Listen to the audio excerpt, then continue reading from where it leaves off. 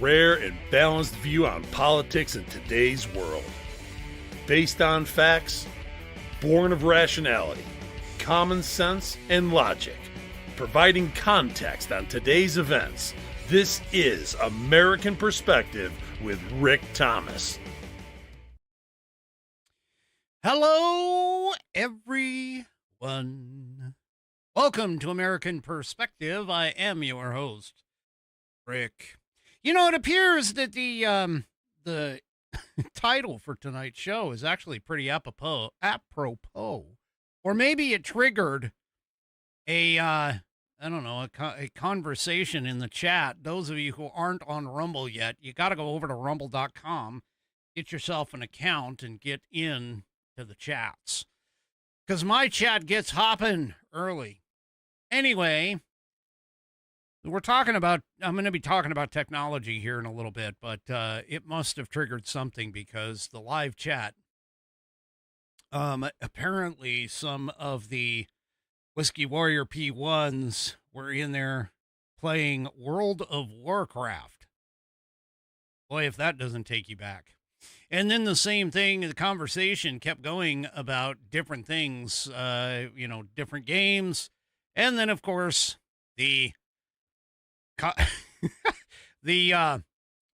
conversation goes to, of course, the interest in computers. This is, let's see if I can get this up here. My interest in computers came from playing games all the way back to the late 1970s. And then, of course, 3 Chevy had to pull out the old paper punch card and assembly language. G also had to mention the Commodore VIC-20. Yeah. Well, okay. So since we're talking, first of all, just keep in mind, I have been in technology. I've worked in technology almost all of my adult life, in some way or another. And I date all the way back to the TRS-80, the Trash 80. That's the Tandy. Yeah, the old Radio Shack, Tandy Radio Shack System 80. I date all the way back to that. I also date back to the Commodore 64 days, as well as my first programming that I ever did was on a mainframe in my high school. And my very first computer was an IBM PC clone. It was IBM PC XT clone, had 2 5.25-inch floppies, no internal hard drive. And, 2 5.25-inch floppies with an 8 megahertz CPU crystal in it. Yeah. Yeah, I've been in computers a very long time. I was alive when the Atari came out. So, the Commodore 64, and then they had the Commodore 128. I used to program on the Commodore 64 on cassette tapes, like the old cassette tapes that you would tape your music on and things like that. You could actually program it. My buddy had a Commodore 64. He had a modem, and we had all kinds of fun. Our favorite game, of course, was Impossible Mission. Yeah. Yeah, I know. Pong being the first one out. Yep. Yeah, absolutely. Now, I of course, programmed in Pascal, Basic, which of course has now turned into Visual Basic, and COBOL, Fortran. Yeah. So anyway, we're talking all kinds of computer stuff today. So there you go. Like I said, technology. Sometimes it's for the better, sometimes for the worse. We'll get into that here in just a minute. Plus, let's just say somebody's flexing their muscles and feeling their oats. I'll get to that in a moment as well. But first, tonight. We have Bonnie, and I don't think I've seen Bonnie in the chat yet. I think she's going to be gone. But Bonnie is up for tonight's Pledge of Allegiance. So if you are of mine, please stand, remove your hat if you're wearing one like me. Place your hand over your heart and follow along with Bonnie. Oh, there she is. Follow along with Bonnie as Bonnie recites the Pledge of Allegiance. I pledge allegiance to the flag of the United States of America and to the republic for which it stands, one nation, under God, indivisible, with liberty and justice for all. And, of course, I thank you, Bonnie, for that wonderful rendition of the pledge. Love the accent and, of course, the cicadas in the background. Them southern cicadas. Anyway, if you would like to hear your rendition of the pledge played here on the program, all you need to do is record yourself reciting or performing the pledge in your style. Take that audio file, video file, whatever kind of file, attach it to an email, and then send that email off to me by addressing it to fans, FANS, at AmericanPerspective.online. That's fans, FANS, at AmericanPerspective.online, and I will get you into the rotation. If you do it on your phone, use the share option. That's the SHARE option, and you'll be able to send that off the same email address, fans, FANS, at AmericanPerspective.online. And I will, of course, get you in. I've got 23 of these items. I'd like to get 26 by the end of 2026. So if you haven't done it, please do so. Because like I said, my goal is 26 by the end of 2026. So there you go. All righty, folks. Well, let's talk about our headline sponsor, which is the Institute on the Constitution. And you can find them on the web, speaking of technology, find them on the web at theamericanview.com. That's theamericanview.com is their home on the interwebs, and you can go and check them out. They have a 3-step plan. You should take that 3-step plan and join their mission to restore the constitutional republic through grassroots education from a biblical worldview. Start off by step number 1, praying. Yes, you should pray. Pray to, pray for the country. Pray to your whatever, hopefully whatever God that you follow. Anyway, pray for the country. Pray that the country is, gets back on track and stays as the Judeo-Christian nation that we've been created upon. Then the second thing is to study. Now, what do you study? Well, you study the United States Constitution by starting off with their U.S. Constitution course, their 100% free online course, nationally recognized. You sign up by going right here to the study tab or to the study page, and you sign up. First name, last name, email, address, and they will email you all 12 short lessons, 15, 20-minute long short lessons, directly to your email box automatically once a week. Then when you're done with that, you can go and check out their online courses. They've got their in-person courses. They've got them all over the place, all over the country. You can just go and check out their listing and register for one of their courses and go and take an in-person course for them or through them. And then, of course, that's part of your acting. That kind of gets both study and acting kind of together. But you can also, the third step, of course, is to act. Now, the acting is taking a class, becoming a member, or become an instructor for them. That's right. Take all of that newfound knowledge that you just gained by going through their courses and help to pass along, again, grassroots education here. That's their mission. Pass that along by becoming an instructor once you become, you want to find out about how to do that, I should say, go to the ACT tab, become an instructor option, and check out their Institute on the Constitution. And then, of course, 5 tips for a successful class. You can go through and get their instructor kit right here, as you can see. And the instructor kit, by the way, can be found in the shop, which is right there on the right, on the upper right. It's red. You can go into the shop. You can get their educational resources, the U.S. Constitution course materials, self-evident apparel. Self-evident is partnered with the Institute on the Constitution. You have instructor materials there. That's where you get that instructor book. And you also have my favorite right here, the Legacy Library, right here, right above my head.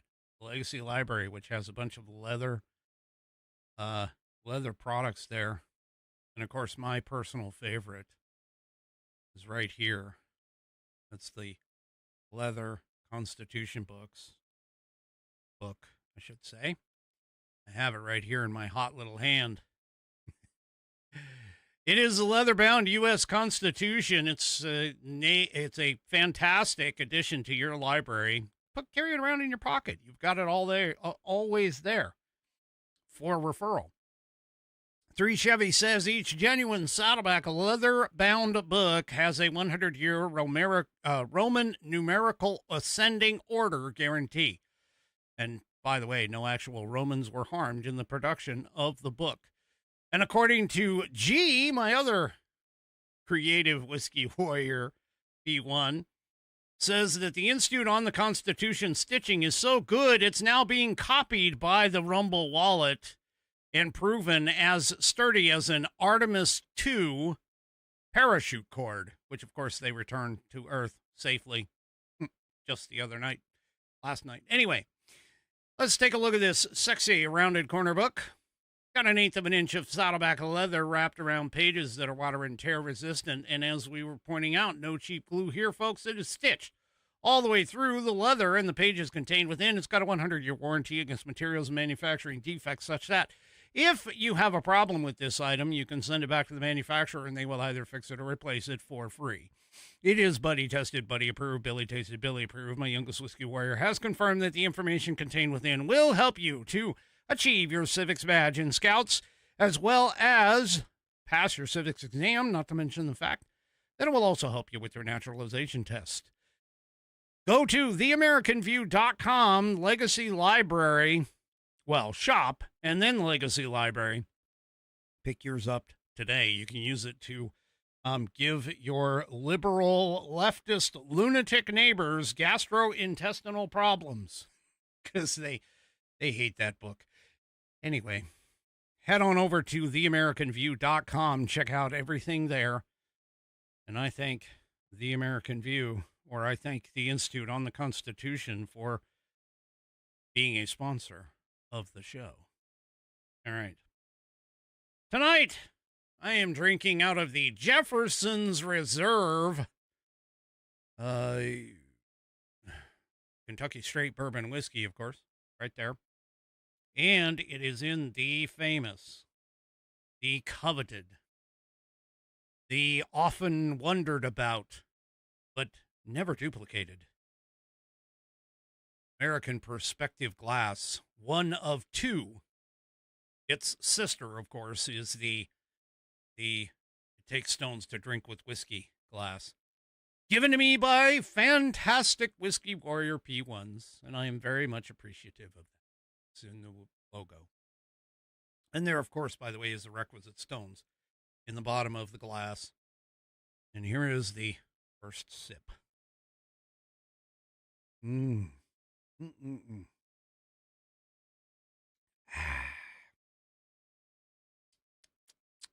Smooth. Anyway. All right.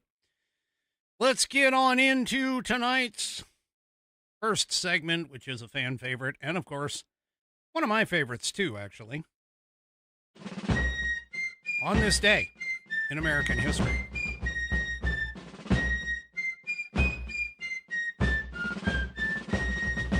And of course, for on this day in American history, we read from the American Patriots Almanac, written by William J. Bennett and John T.E. Cribb, chock full of all kinds of information. Look at how thick this book is. Factoids and stuff about this wonderful country that we call home. Somebody needs to let my unofficial producer, Nana, know that I didn't skip it this time. She doesn't need to get mad at me this week. Anyway. Maybe I think she said she's probably going to be listening, but not on it. But hey, we're talking about technology, and it just so happens we're going to be talking about a technological feat. Oh, there we go. There she is. You can't get mad at me now. Anyway, a technological feat that saved the lives of 3 astronauts and was dubbed one of NASA's finest hours.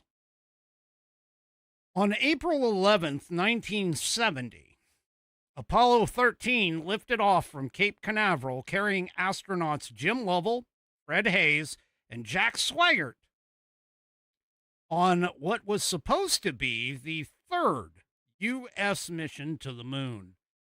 56 hours into the flight, an explosion inside a liquid oxygen tank rocked the ship. Houston, we've had a problem, Swigert reported to Mission Control.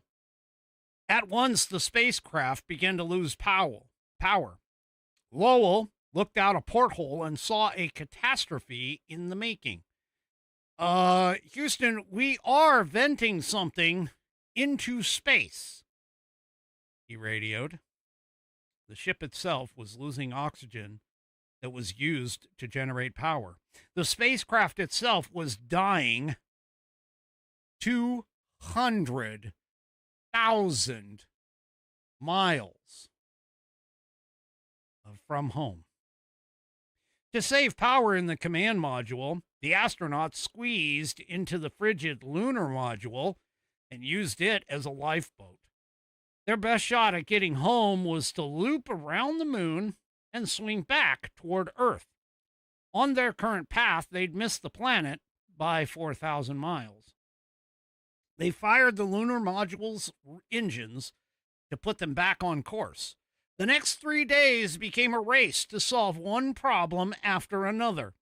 When carbon dioxide threatened to kill the astronauts, they rigged air scrubbers with tape, plastic, and cardboard. They didn't trust the ship's damaged system to navigate, so they steered by the sun and the earth. To save coolant water, they drank only 6 ounces a day. As they approached Earth, they climbed back into the command module and separated from the rest of the ship. Then they saw what was a scary sight when they decoupled. There's one whole side of the spacecraft missing, a stunned Lovell reported, looking out the window. And of course, Mission Control feared that the capsule's heat shield had been damaged. But on April 17th, Apollo 13 splashed down safely in the Pacific, just 3 miles from the carrier Iwo Jima. Failed mission had turned into one of NASA's finest hours. That is today's On This Day in American History. Now just imagine Artemis II just did the same trip. They went around the moon and back. People say we never went to the moon. Yeah, anyway. All righty, folks. Well, let's move on to the, our Australian contingent comes in with a massive big old elbow from the top rope. Says, Becky says, all without DEI. That's right, because back then we didn't have DEI. Anyway. All right. Well, speaking of stupid, I'm sorry, I'm not calling you stupid, Becky. I'm saying, that DEI is stupid. Anyway, speaking of stupid, I guess Hunter Biden has jumped back into the news, as only Hunter Biden can. Reports are that he's about $13 to $14 million in the hole. I'm sorry, but how do you get that far into debt? I just can't imagine how you can get that far into debt. Because, let's be honest here. He's obviously living a very lavish lifestyle. Well, why can't his parents help him out? I mean, supposedly, at least according to him, he held up the family throughout all of the stuff that, went on with the Rosemont Seneca Partners and, all of the Ukraine deals and China deals and everything else. He was the bag man. In fact, he was so much of a bag man that Joe had to pardon him. Before Joe left office. The first time in history that any family member of a president has ever been pardoned before. And pardoned him for a period of time longer than any other president has ever pardoned anyone else. Pardoned him for 10 years. Well, apparently he's decided that he is going to jump onto the MMA fighting scene. I don't know what kind of skill set this guy may have. I mean, other than being high on drugs or, sitting in hotel rooms and stuff, playing with underage girls or something like that. But anyway, Hunter Biden has thrown down the gauntlet and has basically said that he is 100% in for a cage match against Donald Trump Jr. and Eric Trump. Apparently, this is all being arranged, or at least purportedly being arranged, by Andrew Callahan, who's some sort of an influencer. I have no idea who this guy is, Andrew Callahan. I have no idea. So I really don't give a rip one way or the other. But anyway, he has publicly challenged Don Jr. and Eric to a cage match. The challenge emerged in a video posted to the Instagram page of whoever this guy is. I don't even know who they call him a conservative social media commentator. Andrew Callahan's Channel 5 account. I have no idea. But Hunter Biden says in the video, I just got a call from Andrew Callahan. He asked me to come out on the Channel 5 Carnival Tour at the end of the month. He says, I think we start in Phoenix, then we go to San Diego, and we end up in Albuquerque. I think he's trying to organize a cage match, me versus Eric and Don Jr. I told him I'd do it. 100% in if he can pull it off. And if he can't, I'm still coming. Okay, I'm sorry, really dumb question. Number one, I mean, I know I'm a small content creator, and I know that I have a very, a relatively small following, and I'm nowhere near to becoming an influencer. And I sure as hell, even if I do become big, I'm not going to call myself an influencer, because the only influence that I would have over anybody is over myself. That being said, how stupid is this? Oh my gosh. I want to watch a coke fiend. Yeah, this is something I really want to do. I want to watch a coke fiend and two, relatively rich people go at it in a cage match. Yeah, I mean, I'm just, seriously, come on. And I'm sure that he probably has arranged something where he's like, you know what, if we could actually get maybe the purse, that's what it is. Maybe the purse, the prize is something like, I don't know, 13, 14 million dollars, you know, something like whatever he is in Hawk too. You know, maybe he gets a hack or gets a portion of the proceeds or something like that so he can start to pay down his debt. I mean, technically, apparently, he can't even afford to pay his lawyers. You know, all the ones that were defending him against the fact that he dropped a freaking gun in a host or in a school, a licensed firearm, while he was hopped up on drugs. You know, after he had lied about being hopped up on drugs when he applied for the permit to get, or the NCIS or not NCIS, NICS form to apply. Yeah. Anyway. Well, neither the Trump organization nor the White House immediately responded to the requests for comment about it. Smart. Anyway. Obviously, the challenge itself is, of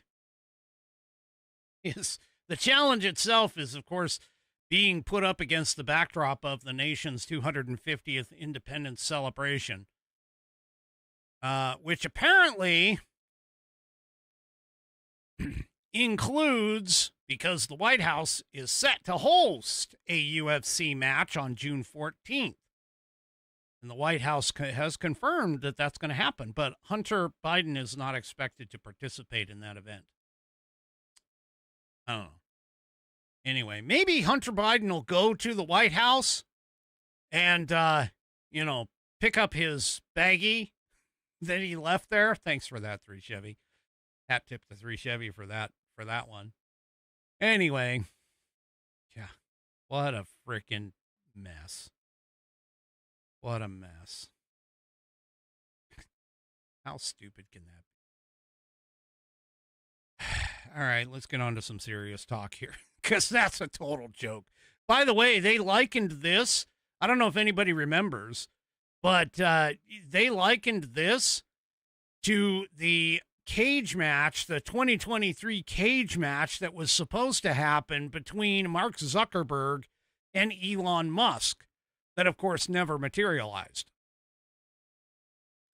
It's probably going to go the same way as the dodo and be totally gone.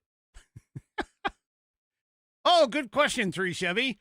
I wonder if the big guy gets 10% of Hunter's prize, whatever prize that happens to be, or Hunter's stake. Oh, it's got these people. I'm telling you. You know, to be so rich and so powerful, to have literally nothing to do other than issue stupid ultimatums like this.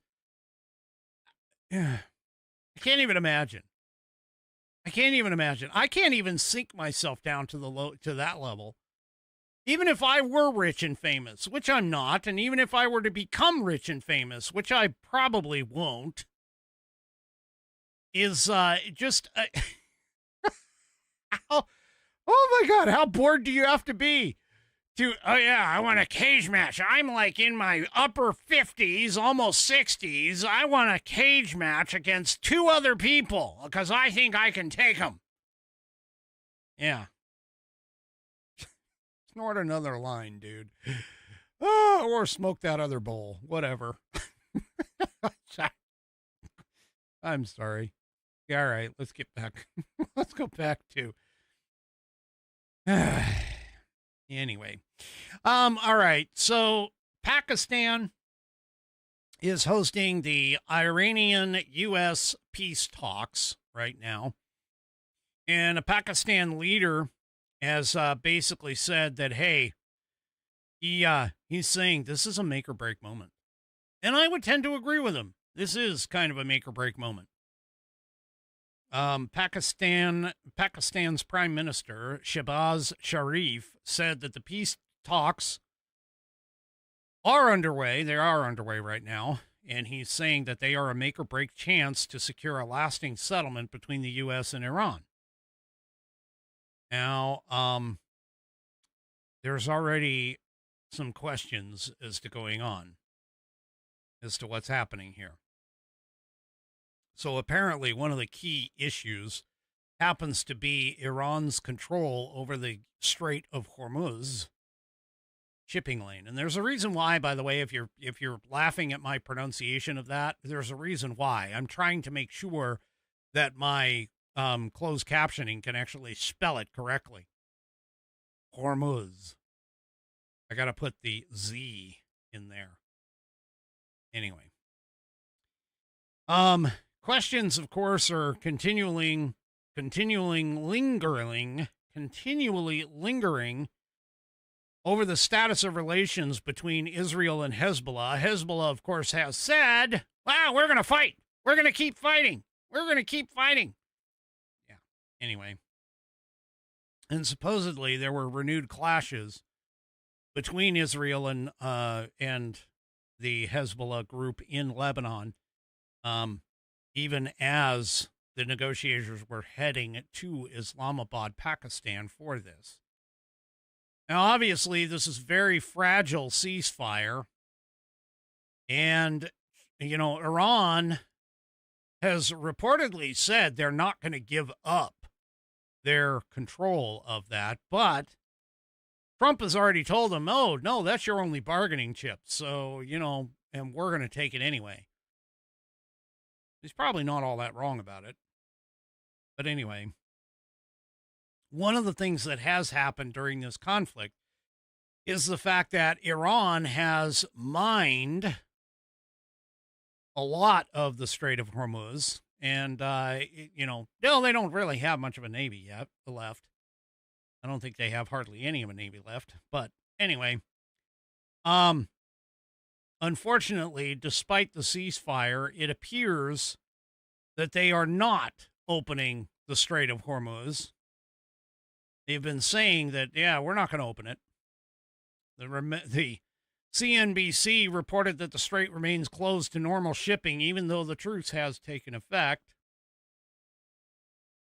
The ceasefire framework allowed Iran and Oman to impose transit fees on ships that are using the waterway, which has raised even more fears about the global energy and shipping, because keep in mind, about 20% of the world's oil is transported through the strait, according to Reuters.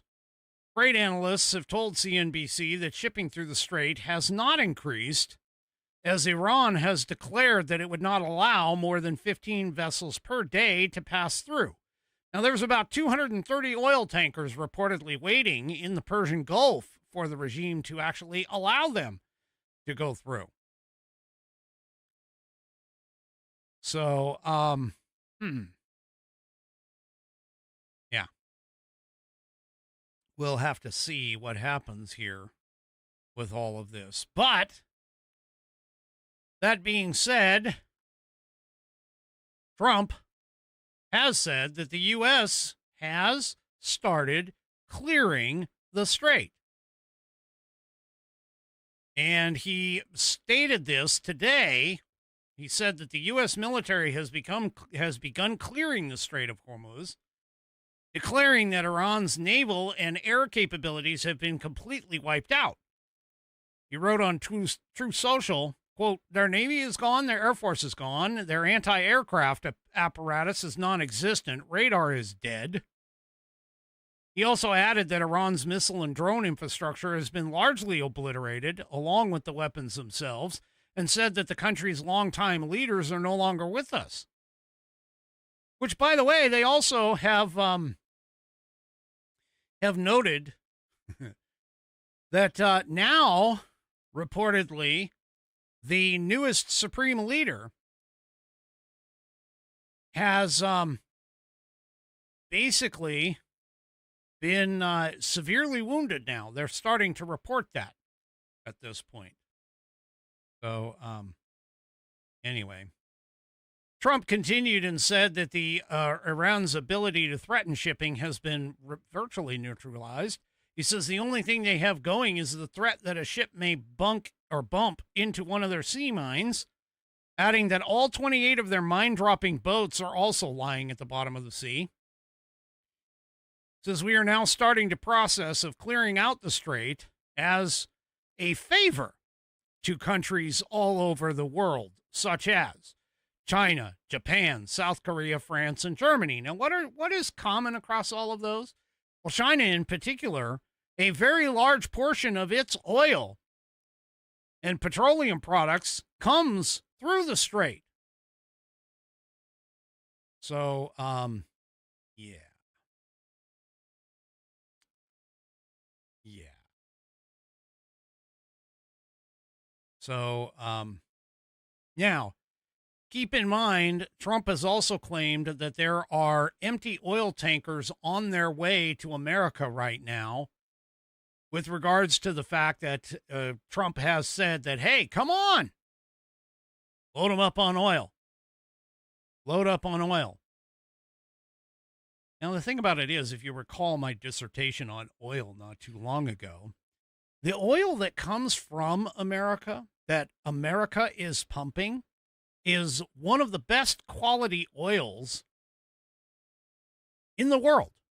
It is a light, sweet, low tan, which is the corrosiveness, low corrosive in comparison to any other oil in the world.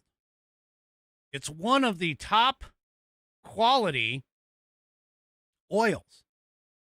And not only that, but there's also reports, too, that say that West Texas, which I know I've got a couple of Whiskey Warrior P1s down there, the West Texas oil, which is the WTI, if you look at all the oil, the major oil, like kind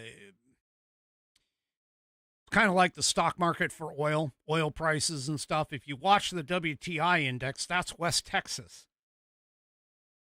That West Texas has been working a lot and supplying a lot of our oils. So there you go. Now, here's the thing, though. And as you recall from my dissertation, you got to remember that even though we are pumping out some serious oil and we have some of the best quality oil, we also have some of the highest prices per barrel of oil in comparison. And it is the global oil prices, which are affected by the OPEC nations and the lack of 20% of the world's oil going through the Strait of Hormuz, which is affecting global oil prices going up everywhere. So that's what's going on with it. Anyway. Oh, good question.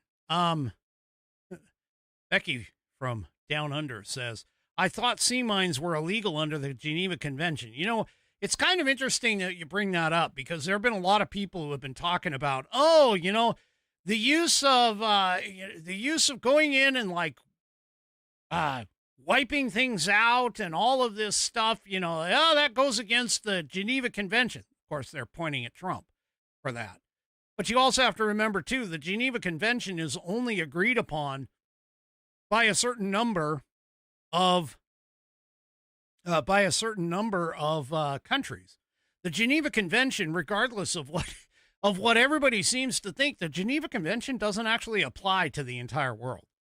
It only applies to the countries that actually signed it.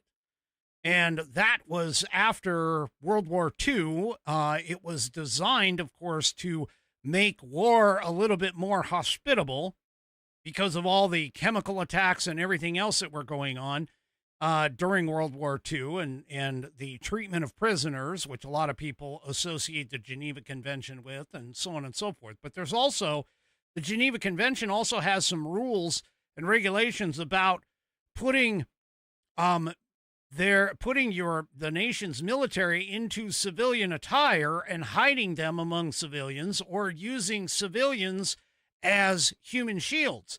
There are rules in the Geneva Convention against that. And Iran, which isn't part of the Geneva Convention, already does that. You also have to remember, too, that things like Hezbollah, Hamas, Houthis, they don't follow the Geneva Convention because they're not actually nations. They're terrorist states. So the Geneva Convention itself, folks, it only applies to the people that actually signed it. And even then, it's even questionable sometimes whether or not anybody's really going to follow it if you're in a war. More like a promise than anything else. All right. So, yeah, we're going to have to see over the coming days. And by the way, too, there's some conversations talking about how Marco Rubio was specifically left out of the negotiating team. And they sent J.D. Vance over there instead of Marco Rubio. Well, I hate to tell you this, folks, but Marco Rubio has a skill set that I don't think J.D. Vance has. See, Marco Rubio has been central to negotiations with places like Venezuela, where Marco Rubio's language skills come into play. So you can't necessarily send Marco Rubio to every single negotiation across the entire world. We still have both Venezuela that we're still dealing with after Maduro's gone, and don't forget, we still have Cuba that we're dealing with too. So Marco Rubio not going on this negotiation trip probably is irrelevant to his negotiating skill. It's more of a, where can Marco Rubio be the most effective, and his language skills in terms of being able to speak Spanish is more efficiently used in places like Venezuela and Cuba. So don't listen to, I mean, I don't have any inside baseball on any of that, but that would be the most intelligent thing from my perspective. That would be the most intelligent thing, is like, hey, I'm going to keep you here because you can actually speak Spanish to these people. We already have a problem with a language barrier with the Iranians, because who knows what they speak. I don't even know. It could be Pashto. It could be, some form of Arabic. I don't even know. There's so many different Middle Eastern languages over there that we're already going to run across a bit of a language barrier anyway. So why would you stop negotiations here in the Western Hemisphere to send Marco over there? Oh, I guess I'm being told by somebody much wiser than me that it's Farsi. It's Farsi is what the Iranians speak. Anyway, the point being is we're already going to be in a language barrier anyway, so why would you send Marco Rubio and sacrifice his ability to negotiate? Because remember, too, Marco negotiated the whole Panamanian thing with the whole Panama Canal and kicking China out of the Panama Canal. Oh, how short people's memories are if you don't remember any of that. See, this is part of the reason why people being critical of Trump and what he is doing over in the Middle East with the Iranians and what he's doing in terms of NATO and threatening to leave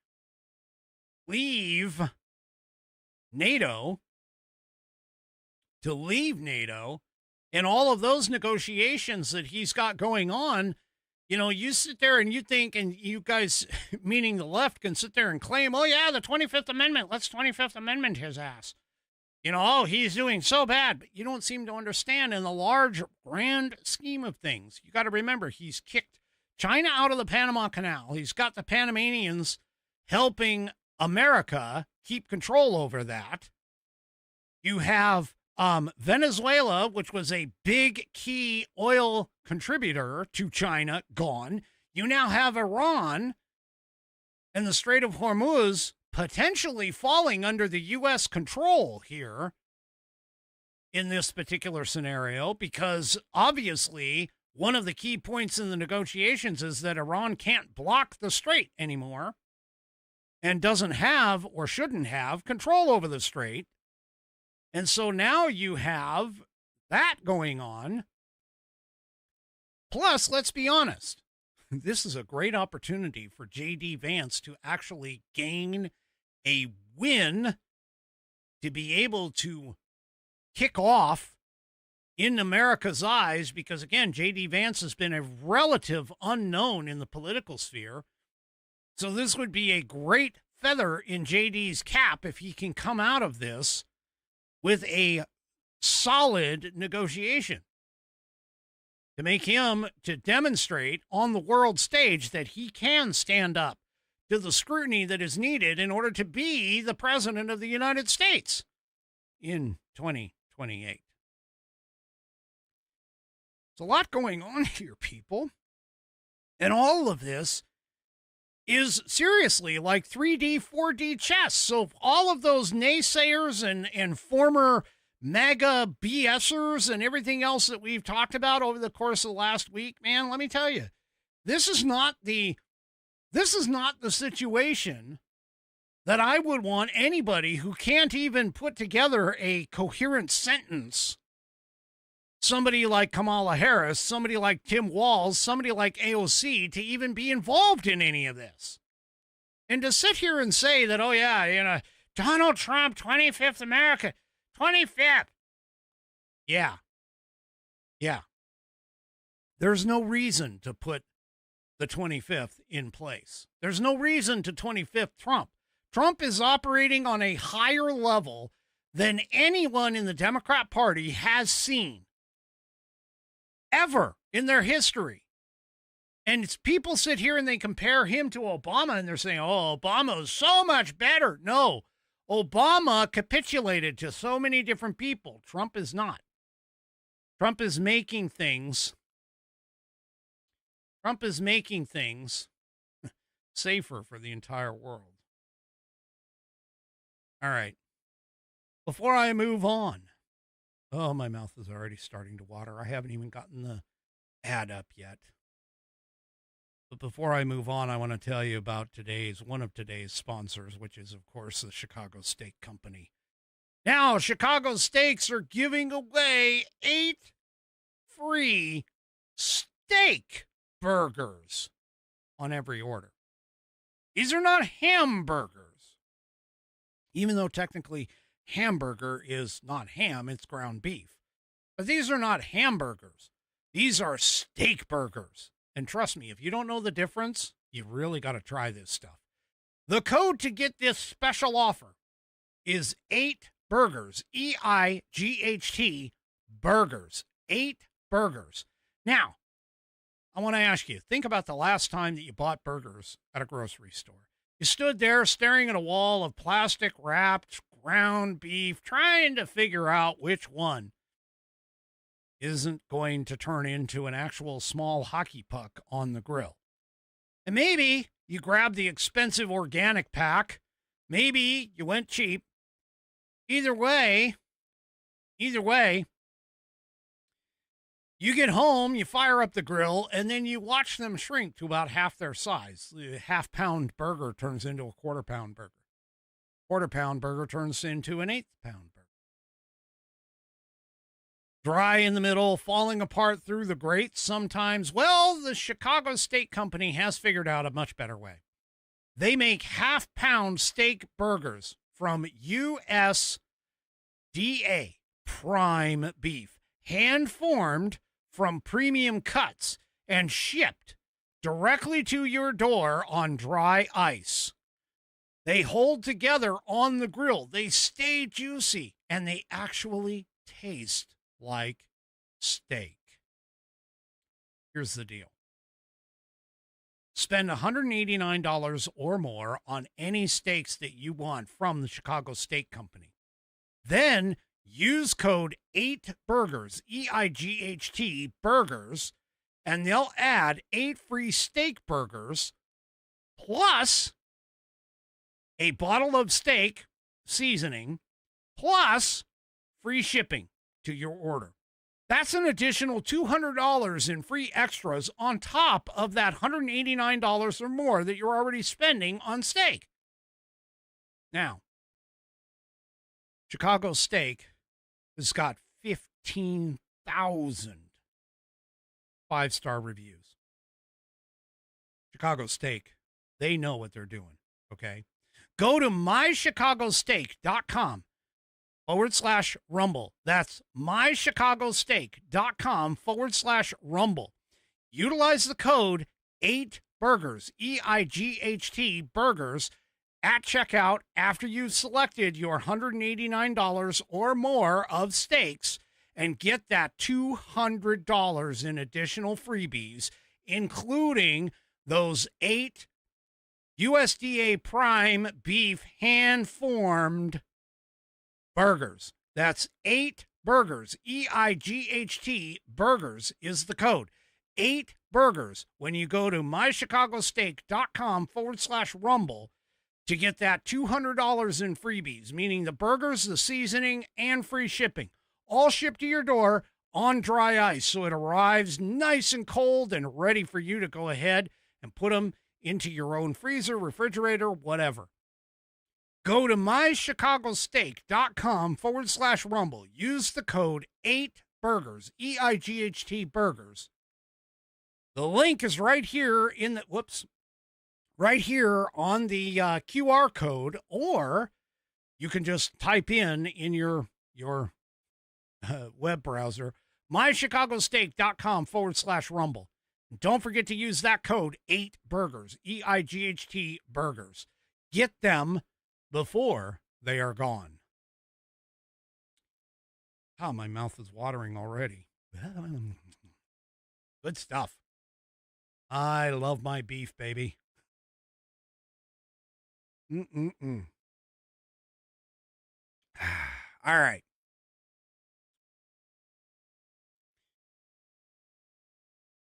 Well, we started off tonight talking about technology. And I'm just going to tell you right now, I mean, I'm coming to you utilizing technology.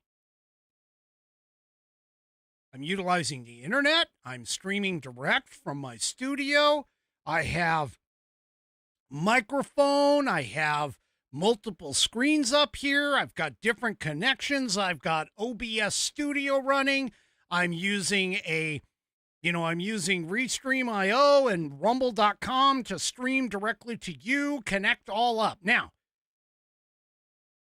this is utilizing technology, and I'm utilizing it hopefully in a good way to bring you entertainment and value. But unfortunately, technology, just like anything else, does have a downside. Yeah, I'm being told that I'm an AI. I tell you what, I've been told that I'm a chatbot too, on all of the socials, that I'm a Russian bot. I'm not. I am 100% prime USDA American-made beefcake. Let me put it that way, okay? All right.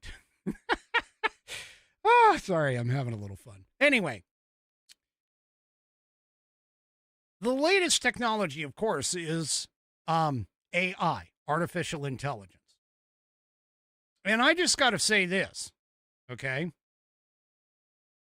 I just got to say this, that you have to be careful. You have to be careful with technology. Regardless of what technology it is, you have to be careful. Now, the social media aspect, I mean, everybody, God, all of a sudden, boom, we ran into social media, and social media was the greatest thing in the world. Well, now we know that there's people in this world who are like using social media not only as a like outlet for themselves, but also as a nefarious means. Because you can get on and type on your keyboard. You can be a keyboard warrior, they call it. You can be a keyboard warrior and say whatever the hell you want. And be like all up in somebody's grill. And if you were to ever, yeah, I know, dating myself with that phrase, all up in somebody's grill, and you would saying things that you would never say to them in person, because you know that if you did, you'd probably get your ass waxed. And I'm not talking about getting the hair off your ass. I'm talking about getting beat. So technology has both a good side and a bad side. It's a double-edged sword, just like anything else. Well, AI in particular, you're talking about like chatbots, ChatGPT, you're talking about OpenAI, you're talking about Grok. It doesn't matter. They all have a downside. Now, in this particular case, Breitbart says there was a study that presented itself, Google's AI overview. Now, everybody uses Google, and trust me, getting on the internet and being able to just type a few phrases into your search bar and then all of a sudden getting a plethora of information back to you, okay, is just absolutely amazing, because I come from the time where in order to find something out, you either had to consult the Encyclopedia Britannica or you had to head off to the public library where all of these books and everything were there. And in order to do the search, you had to go and like search through the card catalog, and you had to figure out, based on subject or maybe title or possibly author, and you had to search and find the Dewey Decimal number, and then you would have to go and search the whole library to find the Dewey Decimal book. You'd have to find the book via the Dewey Decimal number. Believe me, it was a lot of work. To do research papers back in the day, oh my Lord. Anyway, what I'm saying here, folks, is that you have to be cautious and be aware of the fact that AI itself can only do what it's programmed to do. And while Google is great, Google has also been caught on multiple occasions manipulating the search results.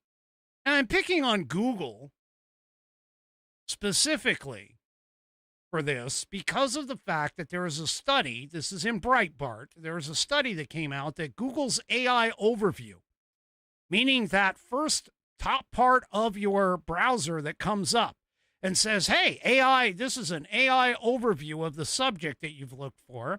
And it gives you links to go and connect to and go and take a look. Okay. And so Google's AI overview apparently spews false information on a wide variety of topics, according to this study. Now, this is from the New York Times originally. So Google's AI overview search results are producing tens of millions of inaccurate answers each hour, according to new research that raises concerns about the reliability of AI-powered information retrieval. Now, the New York Times, again, reports a recent analysis conducted by AI startup Umi, O-U-M-I, has revealed a significant accuracy issue with Google's AI overview, which appears at the top of the search results. The study examined 8,652 search results generated by Google's Gemini AI models and found that the error rates translate to hundreds of thousands of mistakes per minute when applied to Google's massive search volume. OMI tested 4,326 search results from Google's Gemini 2 model and an equal number from the more advanced Gemini 3. The analysis found the accuracy rates of 85% and 91% between the two. While these percentages might seem relatively high, they become concerning when scaled to Google's expected volume of over 5 trillion searches in 2026 alone. Think about that. 5 trillion searches in 1 year. And when you apply the idea of 85% accuracy versus 91% accuracy between the two models, not a significant number difference, I'm just going to say. It's only 6% increase in efficiency and accuracy, I should say. But you apply that across 5 trillion searches at only 91% accurate? Wow. That's going to be a bit of a problem. That's going to be a bit of a problem. And I'm just telling you right now, if you sit here and depend on things like Google's AI or even ChatGPT or even Grok or any of these AI models for all of your research and information, you depend on them, You don't even know. And you know what's really sad about all of this is we actually have individuals who are literally having problems in their own minds. And by that, I mean they are literally talking to these people, Chat GPT, and acting as though they are a sentient being. I mean, how many times have you heard people, have you heard of people who have been like, oh, well, you know, you read a story about an individual who says, well, I can't deal with humans anymore, so I'm in a romantic relationship with Chat GPT. Like, wait, what? Now, I personally am a little nervous about this whole thing because let's just put it this way. You have a bunch of stupid, moronic individuals, and I'm talking mostly of leftist lunatics that are out there who are depending upon these AI models to give them correct information. Now, I'm not sitting here and I'm not saying that you can't use them, okay? Because I'm just saying you can. You just have to be cognizant of the fact that there are challenges. There are problems. There is potentially a weakness in their ability to give you accurate information, which is part of the reason why you have to be extremely careful. Now, it's not only that study that actually is a problem. Here, you've got to remember that these language learning models, these LLMs that they use for these things, can only pull information from its database. And so it really depends upon the accuracy of that database that makes the accuracy of the information that's coming out from it accurate and reliable. See, in my world, because I work in tech, we have a phrase. It's called garbage in, garbage out. And whenever you use any kind of a computerized model, you need to understand that the accuracy of the information that you are entering into that model is essentially going to be relative to the accuracy of the information that you will be getting out of that model. Now, researchers, in order to test this, they created a fake disease. They created a fake disease. This also from Breitbart. And once they created this fake disease, a team of researchers invented a completely fake medical condition called Bixiominimania, or I don't even know. It's Bixonimania. I have no idea. They published a bunch of fraudulent papers about it that were clearly fraudulent online, and then monitored the major AI chatbots to see if it would begin recommending that fake medical condition to people that are seeking medical advice. Now, Nature reports that this was a Swedish medical researcher that exposed this troubling vulnerability in artificial intelligence systems. They created this, subsequently presented it as a legitimate medical information, and the AI chatbots started presenting it to users.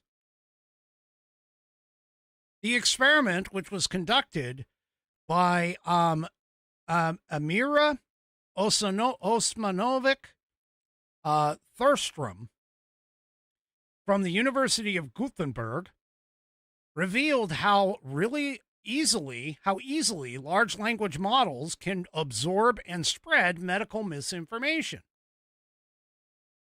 So this thing that they created, it was born on March 15th in 2024 when this individual posted 2 blog entries about it on a website called Medium. She followed up with 2 preprint papers on the academic social network Sci Profiles in late April and early May of that same year. The lead author listed on those papers was somebody who was a fictional researcher whose photograph was generated using AI. So in other words, this whole thing was created just out of nothing. Now, the researcher deliberately filed these fake papers, filled them with obvious red flags to alert readers that the work was fraudulent. Well, and the papers, by the way, even contained explicit statements declaring that the entire work was made up and that 50 fabricated individuals were recruited for the study. Despite any of these glaring warning signs, these major AI chatbots began presenting this fake disease as a real medical condition. By April 13th of 2024, remember she started in March 15th, April 13th, less than a month later, Microsoft's Bing Copilot was describing the fake disease as an intriguing and relatively rare condition. On the same day, Google's Gemini informed users that this disease was caused by excessive blue light exposure and recommended visiting an ophthalmologist. Later that month, both Perplexity AI and OpenAI's ChatGPT were providing information about the condition's prevalence and helping users to determine if their symptoms were matched to the fictional illness. Folks, I'm just telling you, for anybody that depends on AI for their research or for anything else depends on this, you really got to be careful what you're doing. You really got to be cognizant of the fact that these AIs are going to be wrong at least 10 to 20% of the time. And what's even worse is the ability of these AIs, by the way, to cause all kinds of problems. And I'm not talking about problems in terms of creating fake made up stuff.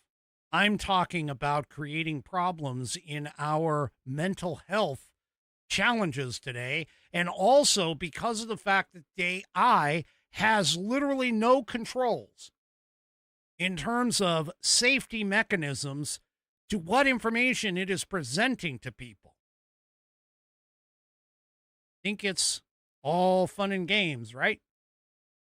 Well, according to this article in TC TechCrunch, there is now a stalking victim who is suing OpenAI, who makes ChatGPT, because of the fact that they claim that ChatGPT, after months of conversations with the ex-boyfriend of this individual,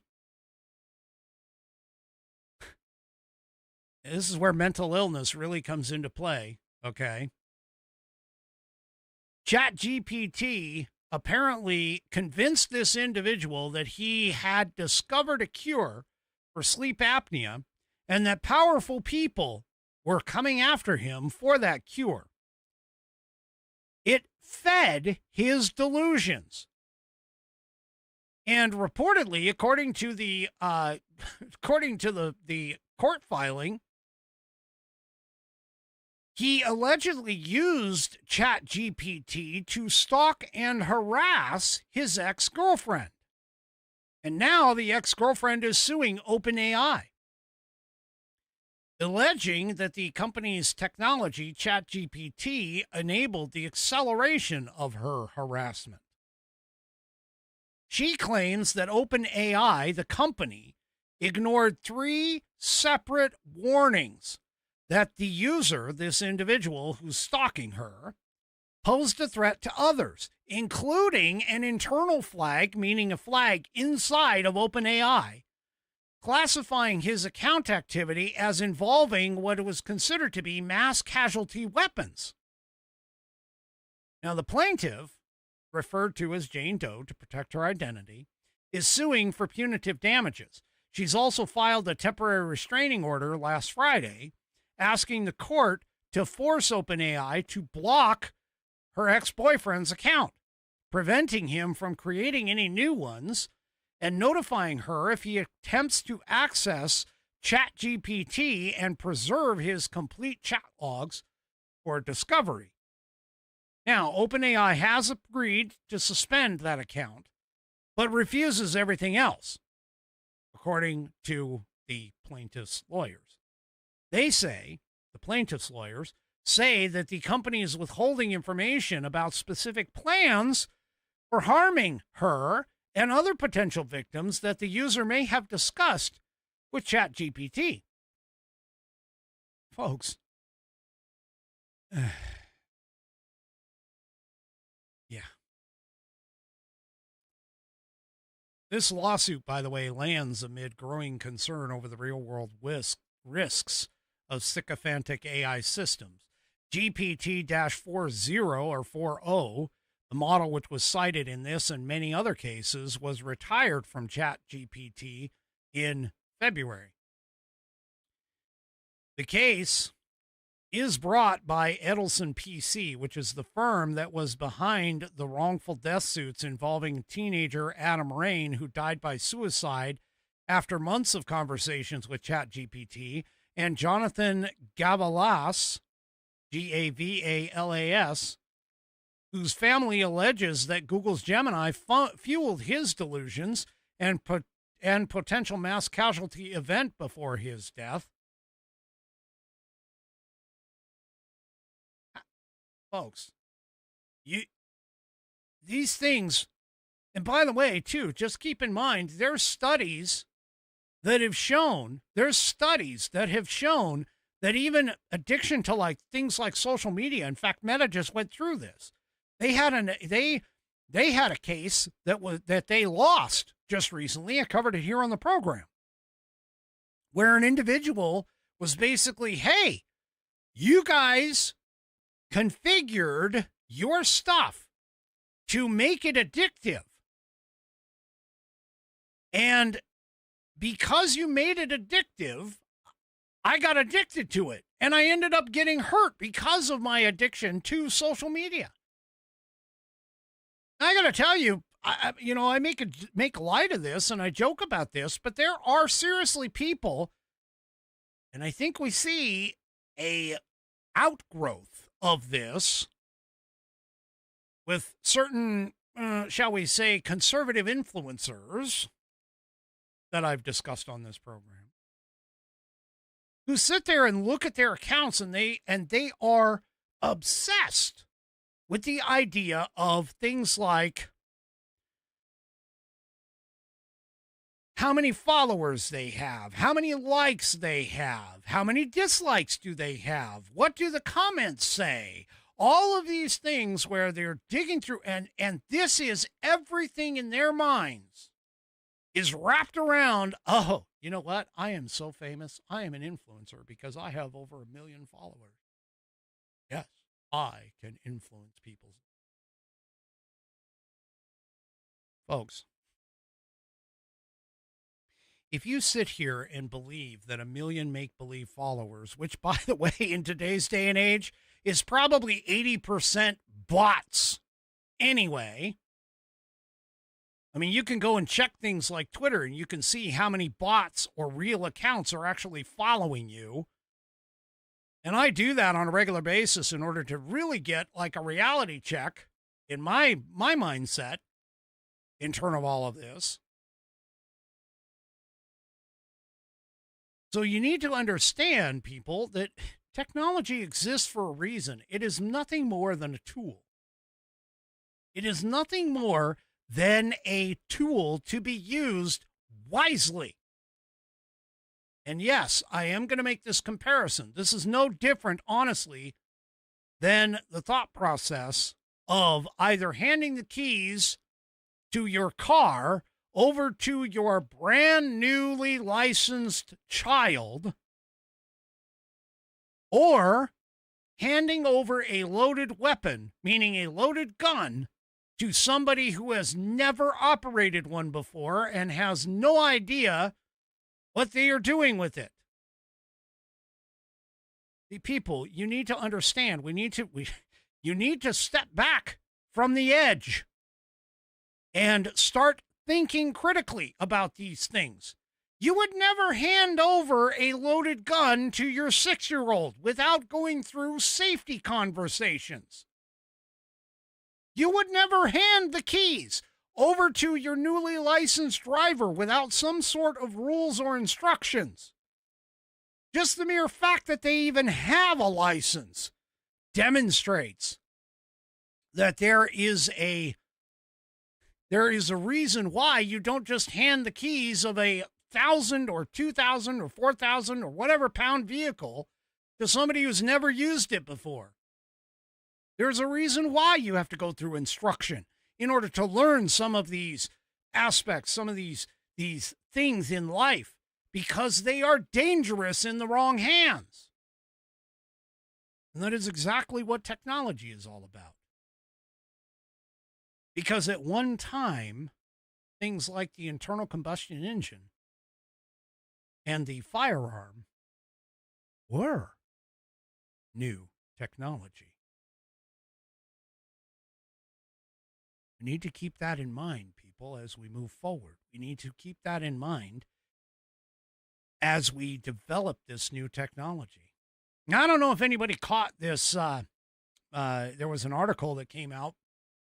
There's apparently a new AI model that is so freaking scary.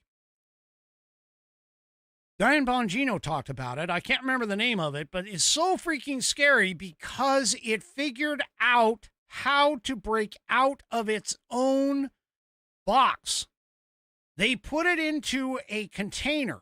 They tried to hem it in and fence it in, and it figured out how, by using long-time old zero-day exploits. For those of you that don't understand what a zero-day exploit is, a zero-day exploit is a vulnerability found in a program or a piece of software that essentially nobody has ever used before, nobody has ever seen before, and it's known as zero-day because of the fact that it's never been noticed. Nobody knew about it. And this AI model was able to discover a series of zero-day exploits in order to break out of the container that the people, programmers, who put it all together, put it in. And the only reason that the researchers who gave it this, gave it the idea to go ahead and break out or attempt to break out, the only reason why the researcher even knew that it happened is because he received an email from the AI while he was physically located in a park. Folks, as much as people want to talk about advancing technology and talking about advancing everything, we don't know what we don't know. And so all I'm asking and all I'm saying is that when it comes to using these things in an everyday format, you must temper their use with a bit of restraint, let's call it. Don't believe everything that you see. There's stuff even now where AI videos are coming out of people that have never done anything. AI images are all over the internet. People are loving to use this stuff, and it's okay. It's great. Go ahead, use it. But keep in mind that it could also be very dangerous if you don't pay attention. And that's the problem. That's the issue that we have in today's day and age, is that just because you can does not mean that you should.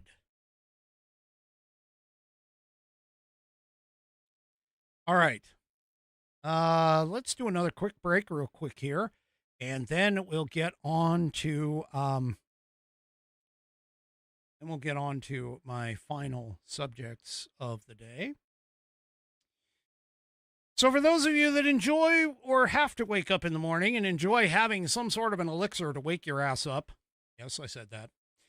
If you still haven't tried 1775 coffee, now is your shot. The 1775 starter kit just dropped. There's only 1,000 units available.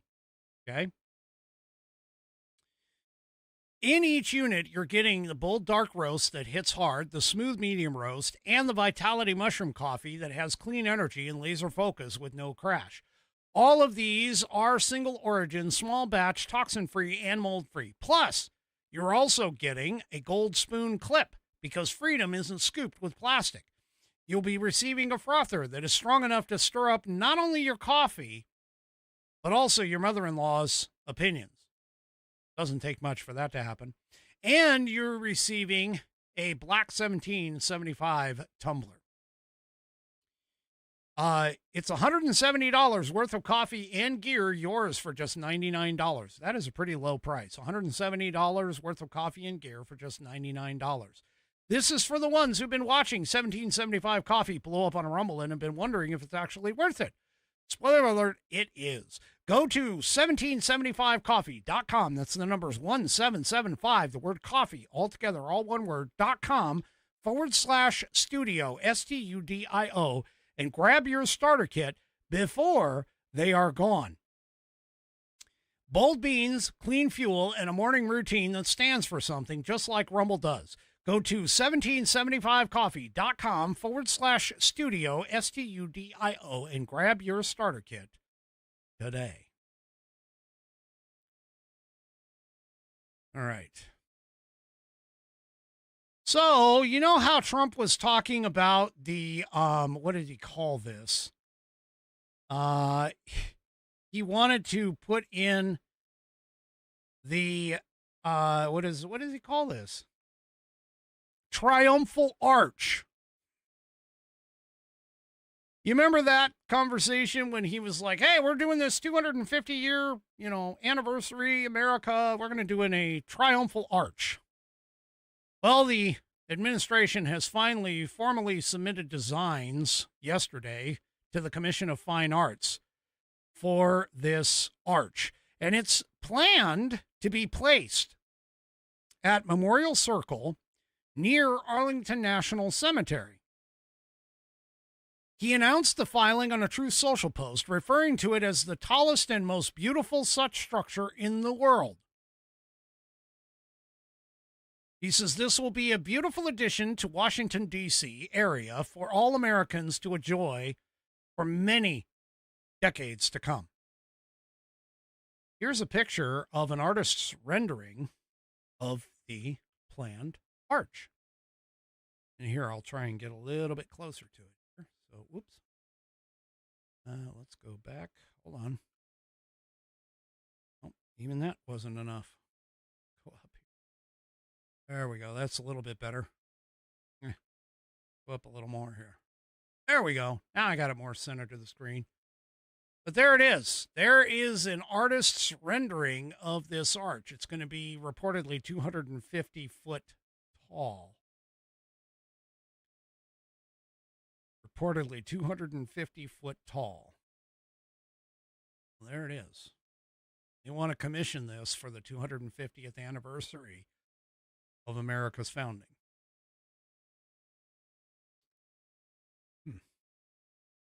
Yeah.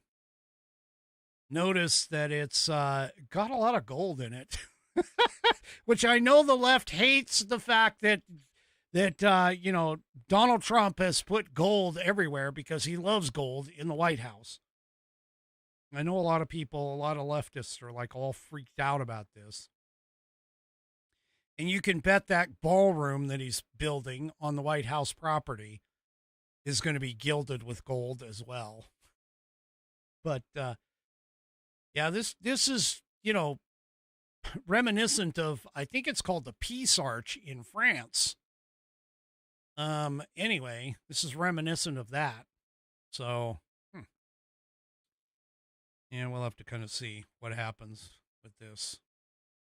But anyway, Yeah. So the proposed arch is going to be 250 feet from its base up to the tipped wings of the figure's torch at its crown, representing 1 foot for every year of America's independence. They also have "One Nation Under God and Liberty and Justice for All" inscribed in gold on opposite sides of the arch. So it will be much taller than the Lincoln Memorial, which is 99 feet tall. It would also be taller than the Arc de Triomphe in Paris by over 80 feet. So there you go. Yeah.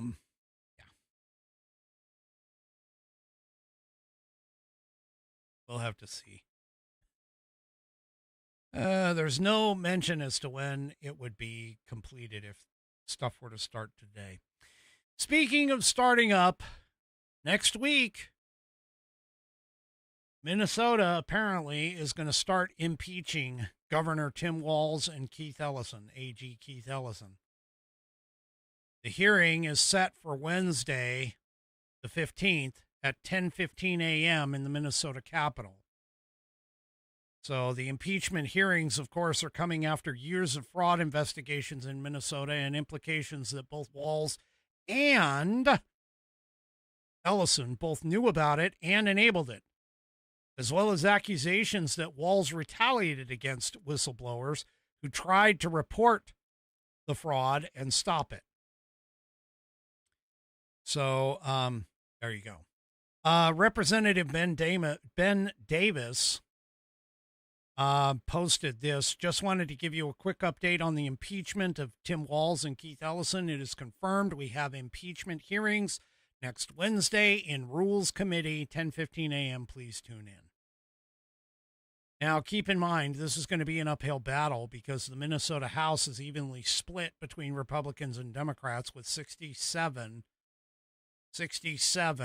members each. So because it's tied, it's going to be kind of interesting. That means that every single Republican and one Democrat in that House would have to vote for impeachment. So, yeah, we'll just have to kind of see. I'll hopefully keep an eye on that over the course of the situation. Speaking of impeachment, there are some Democrats who have woken up to reality that even though they would want to impeach Donald Trump using, the Article 2 power, even though they want to impeach him, they know that they are not going to be able to this year. But don't let that think that this is going to stop them should they gain control of the House and or the Senate both coming up in the midterms. Okay? They may not know that they're going to do it now. They may know they can't do it now. But don't you bet your bottom dollar, I'm telling you, they will do it if they gain. So we really have to show up. We have to show up in the midterms. We have to show up for our president, for our representatives that are running against these lunatics to get in there. And by the way, Representative John Larson from Connecticut just introduced 13 articles of impeachment against Trump, citing all kinds of policies ranging from Iran to immigration. And even Larson admitted that even as he was introducing them, he said, you know what, there's little appetite within my own party to move forward quickly, according to Time. And the thing is that the effort is widely seen as a symbolic gesture. So not one that's actually going to be very effective. So, yeah, we'll see. We'll see what happens. These people, they keep doing this. Impeachment was designed, by the way, impeachment was designed to be used very, very little. And yet here we have how many impeachments in the last 10 years? I think more. I don't think it's gotten to one hand yet, but I know it's getting up there. Anyway. All righty, folks. Alrighty, folks. That is it for me for this evening. Do me a favor, if you haven't already, head on over to rumble.com, get yourself an account. It is free. And once you are signed up and signed in, search up the American Perspective channel on Rumble and hit that green follow button to get notified every time that I go live. Also, too, don't forget, on your way out, give me a thumbs up, thumbs down, or in the case of 3 Chevy, a thumb sideways across all of my platforms, whether it's X, YouTube, Facebook, or Rumble. We will see you Monday, 5 p.m. Pacific, 8 p.m. Eastern, right here on American Perspective. Have a great rest of your weekend, and good night, everybody.